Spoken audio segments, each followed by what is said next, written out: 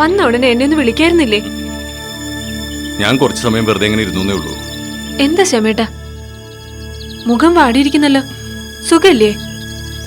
ഏയ് ഒന്നുമില്ല. ഇല്ല, എന്തോ ഉണ്ട്.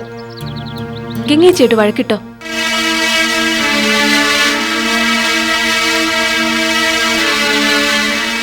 ഞാൻ ഏട്ടനോട് പല പ്രാവശ്യം പറഞ്ഞിട്ടുള്ളതല്ലേ, ഗംഗേച്ചി ഒരു പാവ. കഞ്ചനാമ്മയുടെ കയ്യിൽ നിന്ന് ഗംഗേച്ചി രക്ഷിച്ചെടുക്കുക ശ്യാമേട്ടനിപ്പോ ചെയ്യേണ്ടത്. അല്ലാതെ വഴക്കുണ്ടാക്കി എരുതിയിൽ എണ്ണ ഒഴിക്കാൻ നോക്കരുത്.